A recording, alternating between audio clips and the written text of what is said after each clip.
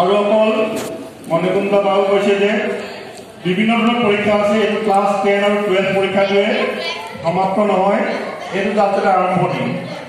আৰু মাৰ্কশ্বিটৰ মাৰ্কছটো জাষ্ট 10 মাৰ্কছটো হ'ল 11ত নাম ভৰ্তিৰ কাৰণে, আৰু 12 মাৰ্কছটো হ'ল কোনোবা এটা এন্ট্ৰেন্স পৰীক্ষা দিবৰ কাৰণে কিবা মিনিমাম মাৰ্কছ লাগে, সেইটো লোৱাৰ পিছত আৰু বিশেষ প্ৰয়োজন নাই। আৰু এন্ট্ৰেন্স পৰীক্ষা কোৱালিফাই কৰা মানে ডক্টৰ ইঞ্জিনিয়াৰ হোৱা নুবুজায়। নিটত যিমানে পাক লাগিলে JW যিমানে পাক CW যিমানে পাক সেইটো মানে ডক্টৰ ইঞ্জিনিয়াৰ হৈ যোৱা নুবুজায়।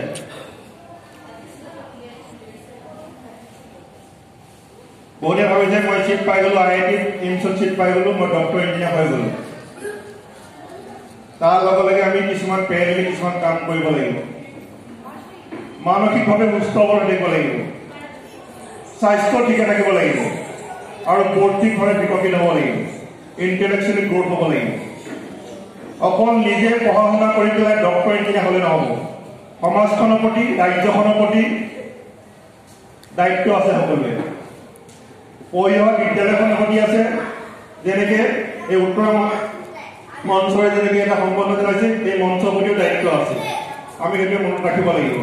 আৰু প্ৰত্যেকে যদি নিজৰ নিজৰ দায়িত্ব বুজি সুচাৰুৰূপে পালন কৰে, তেতিয়াহ'লে অট'মেটিক ৰাজ্যখন, ৰাষ্ট্ৰখন ভাল হৈ উঠিব।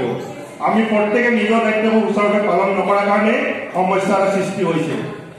আমি কৈ থাকোঁ অসমখন এখন বেকৱাৰ্ড ৰাজ্য, আমুক ৰাজ্য কিমান তামুক ৰাজ্য বুলি, কিন্তু জনসংখ্যা অনুযায়ী চেণ্ট্ৰেলৰ পৰা সকলো ফাণ্ড আহি আমি ফাণ্ড দি ৰিপ্লেচ কৰিব নোৱাৰোঁ। গতিকে চৰকাৰ বুলি বেলেগ বস্তু নাই, চৰকাৰে কিবা কৰিব। আৰু কোনো চৰকাৰে কেতিয়াও 100% নিবনুৱা সমস্যা চৰকাৰী চাকৰিয়ে সমাধান কৰিব নোৱাৰে, এইটো আমি সকলোৱে মনত ৰাখি ল'ব লাগিব। আৰু আজিকালি চৰকাৰী চাকৰি মানে এনেকুৱা নহয় যে জীৱনভৰৰ কাৰণে আমি পেঞ্চন পাম, কিয় পাম, সেনেকুৱা চিষ্টেম নাই। চৰকাৰী হওক, বেচৰকাৰী হওক, আৰু সকলোতকৈ উত্তম হ'ল স্বনিৰ্ভৰশীল এণ্ট্ৰপ্ৰেনিয়ৰ। নিজে নিৰ্ভৰশীল হোৱাৰ লগতে আন দহজনকো সংস্থাপিত কৰিব পৰা যায়। এতিয়া আগৰ দিন নাই যে চৰকাৰী চাকৰি কৰিছোঁ, চাকৰি পাই গ'লো, পেঞ্চনলৈকে পাম। প্ৰতি বছৰে এনুৱেল এছেছমেণ্ট হ'ব। যদি কাম ভাল কৰা নাই, কামৰ পৰা আউট। গতিকে সেইখিনি কথা আমি সকলোৱে মনত ৰাখিব লাগিব। এতিয়া আমি ভাবিছোঁ যে হয় ডক্টৰ ইঞ্জিনিয়াৰ হ'ম, তাৰো বহুত ভাগ আছে। ইঞ্জিনিয়াৰিঙৰ বহুত ভাগ আছে, যেনেকৈ কাৰ্ডিঅলজিষ্টৰ কথা ক'লে তাৰো বহুত ভাগ আছে। কোনোমান ডক্টৰ আছে পেচেণ্টৰ লগত কোনো ডিলেই নহয়, পেচেণ্টৰ লগত পেচেণ্ট দেখাই নাপায়, জাষ্ট ৰিপৰ্ট চাব, ৰিপৰ্ট চাই কমেণ্ট কৰিব। কেনেকুৱাও আছে। এতিয়া কথাটো হ'ল যে তাৰ আগতে চাব লাগিব যে মই কেনেকুৱা ধৰণৰ কাম কৰি ভাল পাওঁ। প্ৰত্যেক মানুহে কিছুমান ব্যক্তিত্ব বা চাৰিত্ৰিক বৈশিষ্ট্য আছে। কোনোবা হয়তো ইণ্ট্ৰভাৰ্ট, অন্তৰ্মুখী। এতিয়া বহুতক কৈ থকা হৈছে বাৰে বাৰে আহি পেলাই ক'বলৈ আগবাঢ়ি অহা নাই। হয়তো নিজে পঢ়া শুনাত ভাল, হয়তো কথা কৈ ভাল নাপায়, হয়তো বেলেগৰ মিলা মিছা কৰি ভাল নাপায়, তেনেকুৱা থাকিব পাৰে। কিন্তু তেতিয়া আজিকালি অকল ইণ্ট্ৰভাৰ্ট হৈ থাকিলে নহ'ব, এক্সট্ৰভাৰ্ট হ'বই লাগিব। যদি কমিউনিকেশ্যন স্কিল নাই, যদি আপডেটেড হৈ নাথাকে, তেতিয়াহ'লে আগুৱাই যাব নোৱাৰিব। এতিয়া বহুতো ছাত্ৰ ছাত্ৰীয়ে বিশেষকৈ নৰ্থ ইষ্টৰ কম্পিটিটিভ এক্সামবিলাকত কোৱালিফাই নকৰে। কি কাৰণে নকৰে? General knowledge zero'. পাঠ্যক্ৰমত 100 ভিতৰত 100 পাব, কিন্তু কি ঘটি আছে, অসমখনত কি ঘটি আছে, ভাৰতবৰ্ষত কি ঘটি আছে, জিলাখনত কি ঘটি আছে, কোনো এইটো বিষয়ে আপডেট হৈ নাথাকে। তাৰ কাৰণে ডেইলি এখন বহুতে কৈছে মোবাইলতে সকলো পায়, ইণ্টাৰনেট পায়। গতিকে মোবাইলটোৰ পৰা বহু অপকাৰৰ দিশ বেছি আছে। সঁচা কথা ক'ব গ'লে 10লৈকে 12 কোনো মোবাইল দৰকাৰ নাই, ইণ্টাৰনেটৰ দৰকাৰ নাই। ফাৰ্ষ্ট পেজৰ পৰা লাষ্ট পেজলৈকে যদি খৰচনে পঢ়ে, তাৰ বাহিৰে আৰু দৰকাৰ নাই কোনো ইণ্টাৰনেট চাবৰ কাৰণে। A to Z পাঠ্যক্ৰমতে সকলো বস্তু অন্তৰ্ভুক্ত আছে। কিবা এটা ডায়েগ্ৰাম বুজি পোৱা নাই, ডাইজেষ্টিভ চিষ্টেমটো বুজি পোৱা নাই, এনিমেটেড ভিডিঅ'ৰ কাৰণে ভিডিঅ'টো চাওক ইউটিউবত গৈ পেলাই। কিন্তু বাকী ফাৰ্ষ্ট পেজৰ পৰা লাষ্ট পেজলৈকে যদি খৰচীমাই পঢ়ে, তাৰ বাহিৰে বেলেগ কোনো গাইড বুক, কোচিং ল'বৰ দৰকাৰ নাই আচলতে। এতিয়া ট্ৰেডিশ্যনেল এটা মেথড যে কোচিং ল'বই লাগিব, তেতিয়াহে নিট পাম, JW পাম। কোচিঙত কিমান পাৰ্চেণ্টেজ পায়, 40ত যিমান লগাই থাকে, সেইবিলাক 10%নো সত্য নহয়। যিবিলাক জানে ক্ৰেডিটলি, যিটো ল'ৰা জানে যে এইজন পাৰিবই কোচিঙত, কোচিং ইনষ্টিটিউটত কোৱালিফাই কৰিব, সেইখিনি বেলেগকে ট্ৰিটমেণ্ট কৰে। আৰু যিখিনিকে 10 বছৰ কোচিং কৰিলেও নিট JW নাপায়, সেইখিনি বেলেগকে পঢ়া শুনা কৰে। এইটো অপ্ৰিয় সত্য কথা।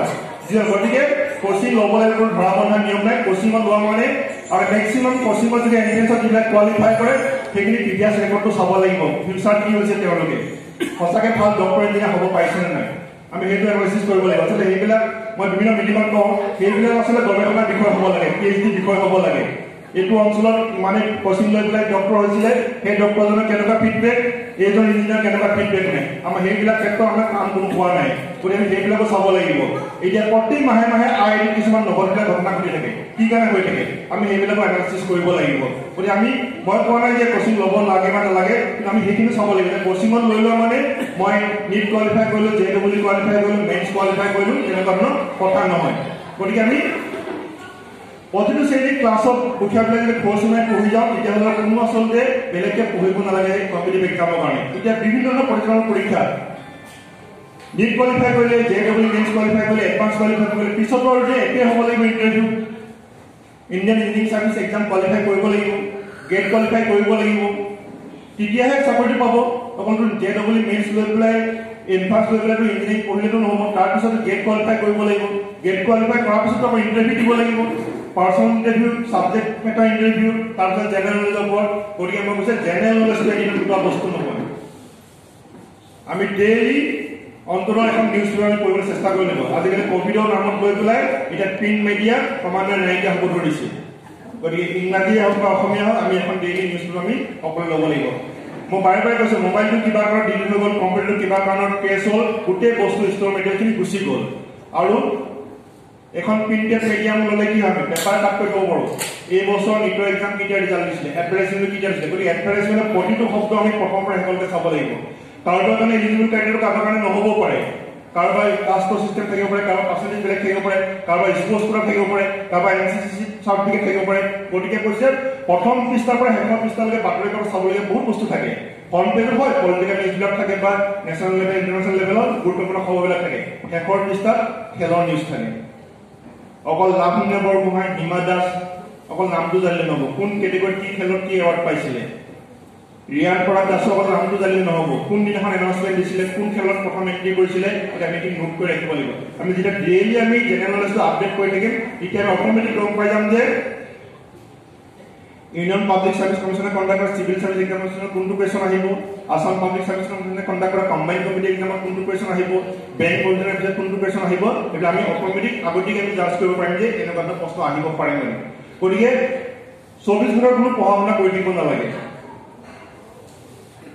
দৰকাৰ নাই 24 ঘণ্টা পঢ়া শুনা কৰি থাকিব লাগে কিন্তু হয় কোনোবাই টেবুল আগত বহি আছে কিন্তু ভাবি আছে আকাশ পাতাল বেলেগ কথা তেতিয়াহ'লে 24 ঘণ্টা পঢ়িলেও লাভ নাই গতিকে আমি সেইটো ৰুটিন মেইনটেইন কৰিব লাগিব কোনটো সময়ত কি পঢ়িম কোনটো চাবজেক্ট ভাল লাগিছে এতিয়া কম্পিটিটিভ এক্সামৰ কাৰণে আমি কেনেকৈ প্ৰিপেয়াৰ কৰিম প্ৰত্যেকৰে মেথড বেলেগ বেলেগ এনেকুৱা নহয় যে কোনোবাই কৈছে বুলি এইটো হ'ব বুলি প্ৰত্যেকে নিজৰ নিজৰ ষ্ট্ৰেটেজি বনাই ল'ব লাগিব ঘৰৰ পৰিৱেশৰ কথা আছে আগতে যদি কোনোবা চিনিয়ৰ আছে ঘৰত বা কোনোবা ককাই ভাই ভনী আছে প্ৰত্যেকৰে বেলেগ বেলেগ এতিয়া মই ইয়াত যিহেতু ইমান কম সময়ৰ ভিতৰত কম সময় বুলিয়ে কৈছোঁ মই যিহেতু মই কৈছোঁ 4 ঘণ্টা 5 ঘণ্টা ক'লেহে মই কিবা এটা কোৱা নিচিনা হ'ব যেহেতু মই বিষয়টোৰ লগত 2005 চনৰ পৰা জড়িত হৈছোঁ তাৰ আগতে মই অলপ মোৰ বিষয়ে কৈ লওঁ বোধহয় ভাবিব পাৰে যে এইজন তেনেকুৱা কথা ক'ব যে কোন হয় বহুতে এইটো জানিব পাৰে নাজানিব পাৰে নিজৰ ঢোলটো মই প্ৰথমতে বজাই লওঁ নিজে নিজৰ ঢোলটো নিজেহে বজাব জানে বেলেগে কোনো নাজানে মানে ইণ্টাৰভিউ বৰ্ডত নিজে ভালকৈ নিজৰ বিষয়ে ক'ব পাৰিলেহে চাকৰি পাব নহ'লে যিমান বাহিৰত যিমানেই কৈ থাকক ইণ্টাৰভিউ বৰ্ডত যদি ক'ব নোৱাৰে তেতিয়াহ'লে মিনিংলেছ কথা গতিকে